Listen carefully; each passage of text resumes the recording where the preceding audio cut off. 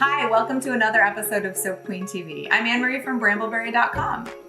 Today I'm going to be showing you how to make these facial charcoal bars. They're based on a very popular Soap Queen recipe on cold process soap making, where you do the lye and the oils together. And we've turned this into a melt and pour recipe, so it's perfect for beginners, and you can even do it with your children.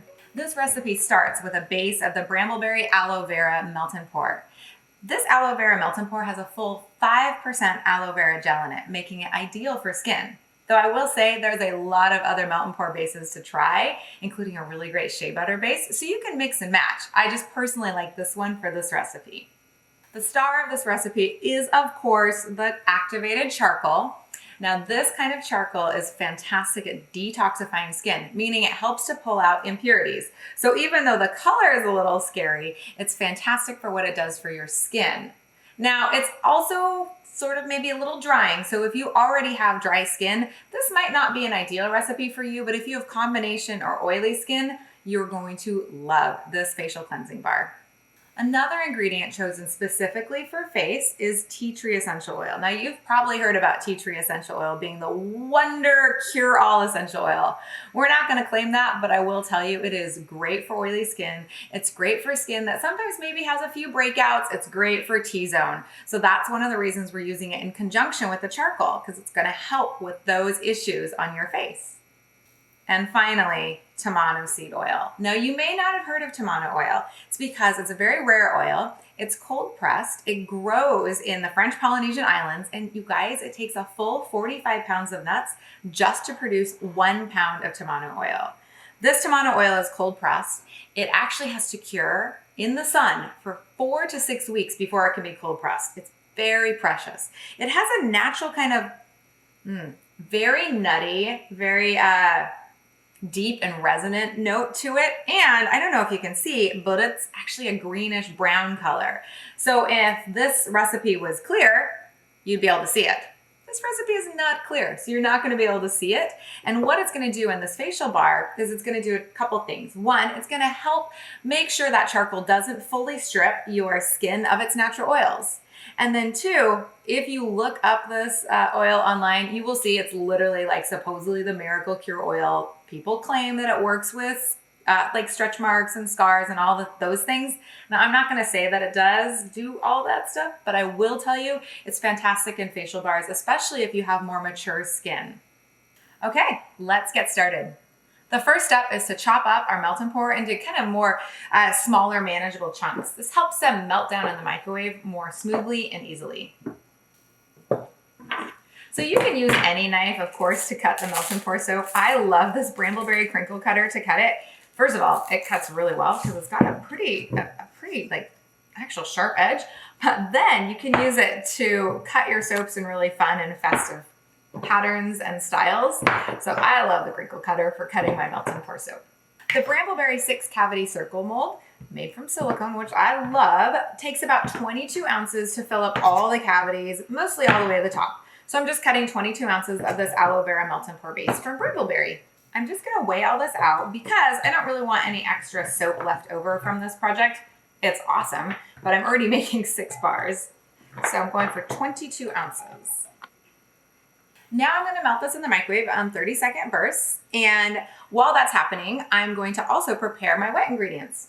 So first, it's 1 tablespoon of tamanu oil. One of the things you may know about melt and pour is that any extra oil in the melt and pour weighs down the lather. So usually we recommend holding to about 1 to 2 teaspoons max, really about 1 teaspoon per pound of melt and pour base. So we're going a little bit more, look at all that good tamanu oil.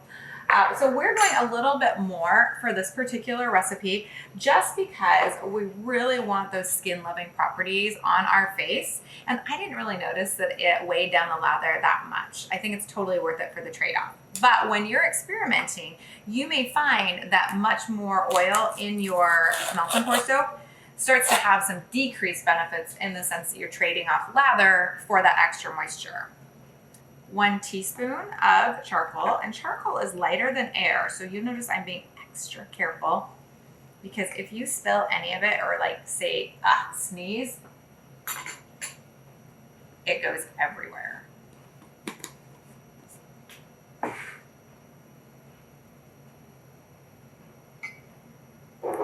finally, it's just about 4 milliliters of this tea tree essential oil. Now that's not very much, but since this is going on the face, which is near your delicate eyes, we really went very light on the essential oil. If you were making it a more therapeutic bar, or you really knew that your skin could handle it, you could do a little bit more of the tea tree, but I kept it light for a very particular reason, which is that tea tree essential oil, like right by the eyes, it can be super irritating. Now I'm gonna stir this, but again, you guys, that charcoal is lighter than air, so I'm just being really careful to not get any poofs of charcoal into my breathing area or, God forbid, this white table, because it is so difficult to clean off. Now I'm making a slurry, just working out any of those clumps. My soap base is perfectly melted, and now I'm just going to add all of that charcoal, tamanu, tea tree essential oil mixture. And since it's oil, it's going to flow to the surface, so you are going to need to stir a little bit to make sure everything gets fully incorporated in.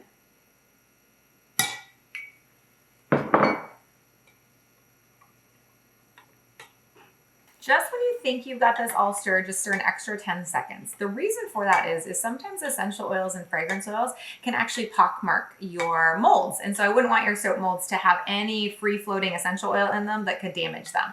Just gonna pour these into the molds. And I like to pour them not quite all the way to the top because that gives me a little bit of extra wiggle room at the end to pop them out more easily. So don't quite fill them perfectly flush, but almost all the way to the top. Now that this is all done, we have one last finishing touch, which is rubbing alcohol, just to get rid of all these bubbles. So one spritz and all those bubbles go away. And of course, the bubbles are just an aesthetic thing, so it doesn't matter if you forget this step, but I like to have the bars to be really smooth on both sides. Now the final thing to do is just let these sit for 4 to 6 hours. Notice I did put this on a wooden cutting block because if you try and move this like this, well, it's a little tippy. Whereas moving it like this, you could totally do. So let this sit for 4 to 6 hours, then you're ready to pop them out. So I just made these soaps a few hours ago, like 5, and I'm gonna pop them out and show you how easy it is to pop them out using the silicone. And that's one of the things I love about these Bramble Berry silicone molds is they just come out so easily and smoothly. There we go. It's gorgeous and so shiny. Let's smell it. Smells like tea tree, earthy, medicinal, really good for the skin. So when you're popping out of these molds, you can see how the airlock breaks. And so that's one of the ways you know that the soap is ready to come out and come out really easily and cleanly. So now I'm just gonna wrap these soaps in saran wrap or some other type of airtight situation, and then they're ready to use or give away right away. So no cure time needed with these. Thanks for watching, everyone. I can't wait to see your creations on social media. Hashtag them with hashtag BrambleOn, and that way we can all see what everyone's creating in our community. Until next time.